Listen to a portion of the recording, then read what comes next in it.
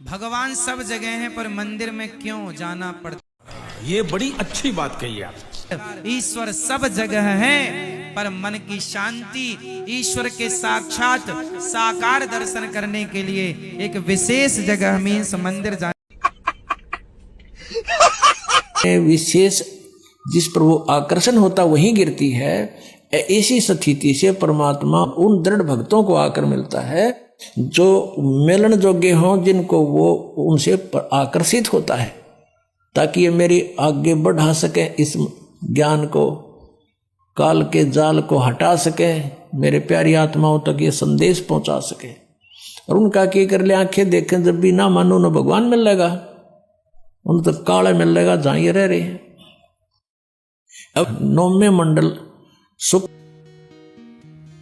हम आपको कहें चलो आंख बंद करो और कहें भगवान, क्योंकि भगवान तो निर्गुण निराकार, चलो जो परमात्मा कण कण में है उसका जरा ध्यान करो, करो ध्यान। क्या क्या उसकी आंखें कैसी होंगी, क्या उसके कान होंगे, क्या उसके गाल होंगे, कैसे? जो भगवान कण कण में है उसका तो कोई रूप ही नहीं, उसका तो कोई, क्योंकि वो तो निर्गुण निराकार है। भगवान सब जगह है पर जो सब जगह का परमात्मा है वो निराकार है। ईश्वर का कोई रूप रंग, ईश्वर निराकार है। अब आपसे आंख बंद करके मैं कहूं आप निराकार का ध्यान करो, जो निराकार है उसका ध्यान ही कैसे होगा? भाई ध्यान तो आकार का ही हो सकता है, निराकार का क्या ध्यान हो? ऋग्वेद मंडल नंबर 9 आप दिखाते हैं और सूक्त नंबर 86। भगवान साकार है या निराकार है, वो कैसी लीला करता है। ये है ऋग्वेद मंडल नंबर 9, 10 इकट्ठा अनुवाद है। ये है सार्वदेशिक आर्य प्रतिनिधि सभा, महर्षि दानंद भवन, रामलीला मैदान, नई दिल्ली से ये प्रकाशित है। और ये मुद्रक है Prince offset printer 1510 Pataudi house Daryaganj नई दिल्ली से ये छपा है, छपा खाना इसका ये। अब देखना, ये है ऋग्वेद मंडल नंबर 9 और सूक्त 86 का मंत्र नंबर 26। इसमें लिखा है कि यज्ञ करने वाले यजमानों के लिए परमात्मा, यज्ञ करने वाले माने धार्मिक अनुष्ठान यानी साधना करने वाले यजमान माने भक्तों के लिए परमात्मा सब रास्तों को सुगम करता हुआ, उनके विघ्नों को मर्दन करता है और उनको पवित्र करता हुआ और अपने रूप को सरल करता हुआ वह कांति में परमात्मा, यह लिखना था कबीर देव, कवि कोई भी सर्वज्ञ नहीं हो सकता जिसको सारा ज्ञान हो। कवि कविता बना सकता है, ये कबीर देव लिखना था यहाँ पर। वो कबीर देव विद्युत के समान यानी आकाशीय बिजली की तरह सेकंड में नीचे आ जावे, क्रीड़ा करता हुआ, ऐसे लीला करता हुआ वर्णीय पुरुष को यानी अच्छी आत्मा को प्राप्त होता है। अच्छी आत्मा को आके मिलता है वो, जैसे आदरणीय धर्मदास जी को मिले, आदरणीय नानक साहिब जी को मिले, आदरणीय मुलुकदास साहिब जी को मिले, आदरणीय दादू साहिब जी को मिले, आदरणीय गरीबदास साहिब जी गांव छुरानी जिला दद्दर हरियाणा वाले को मिले, आदरणीय गीसा दास साहिब जी गांव खेखड़ा यूपी मेरठ वाले को मिले। तो अच्छे पुरुष को आकर प्राप्त होता है। वो कहाँ रहता हो भगवान? 27वें श्लोक में ऋग्वेद मंडल नंबर 9 और सूक्त नंबर 86 का 26 पढ़कर 27 में पा गए।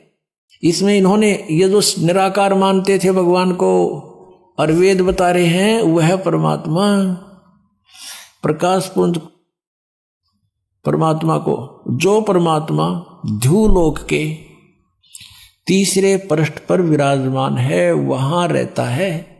तीसरे एक स्थान पर रहता है ध्युलोक के यानी उस तेजो में लोक सतलोक के एक स्थान पर, तीसरे स्थान पर विराजमान, स्थान पर विराजमान है, वहां रहता है।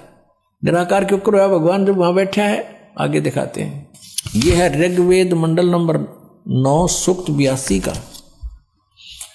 ऋग्वेद मंडल नंबर 9 और सूक्त 82। और यहां देखें, ये है 82वां, 81वां समाप्त हुआ, ये 82वां शुरू हो जाता है। इसका प्रथम मंत्र है।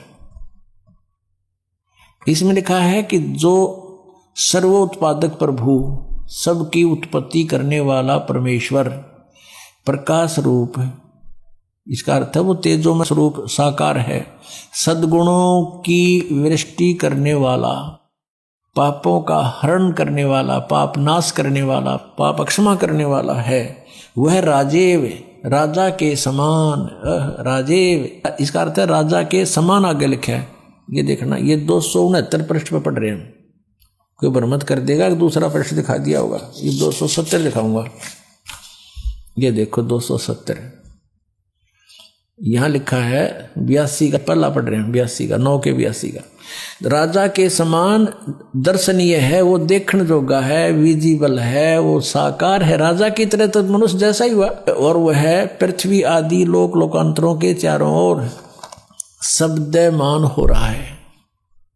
वह वर्णीय पुरुष को, वर्णीय माने अच्छी आत्मा को, श्रेष्ठ पुरुष को, जो दृढ़ भक्त है, जो दृढ़ भक्त है उसको पवित्र करता हुआ प्राप्त होता है। जैसे आदरणीय धर्मदास साहिब जी को, जो दृढ़ भक्त थे उसके बाद डगमग नीवे, आदरणीय मुलुकदास साहिब जी को, आदरणीय दादूदास साहिब जी को, आदरणीय गरीबदास साहिब जी गांव छुड़ानी जिला जज्जर हरियाणा वाले को, और आदरणीय गीसा दास साहिब जी को गांव खेखड़ा मेर यूपी वाले को।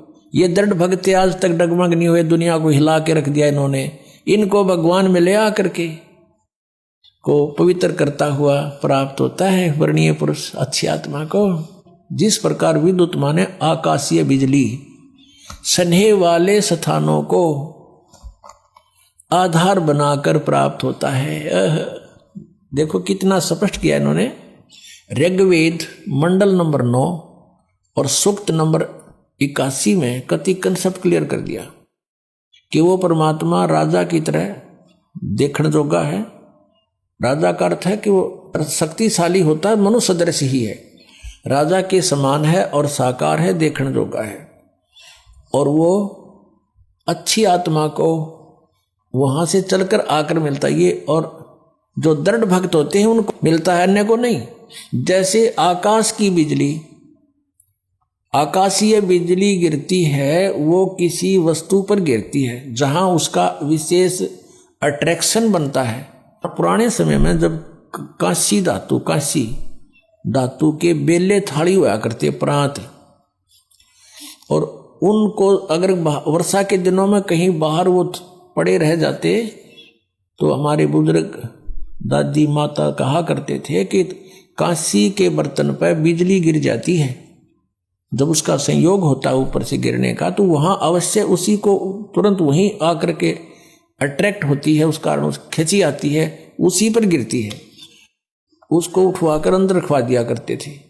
तो कहने का भाव ये है कि परमात्मा उस बिजली की तरह, जैसे वो अपने विशेष जिस पर वो आकर्षण होता वहीं गिरती है, ऐसी स्थिति से परमात्मा उन दृढ़ भक्तों को आकर मिलता है जो मिलन योग्य हों, जिनको वो उनसे आकर्षित होता है, ताकि ये मेरी आगे बढ़ा सके, इस ज्ञान को, काल के जाल को हटा सके, मेरे प्यारी आत्माओं तक ये संदेश पहुंचा सके।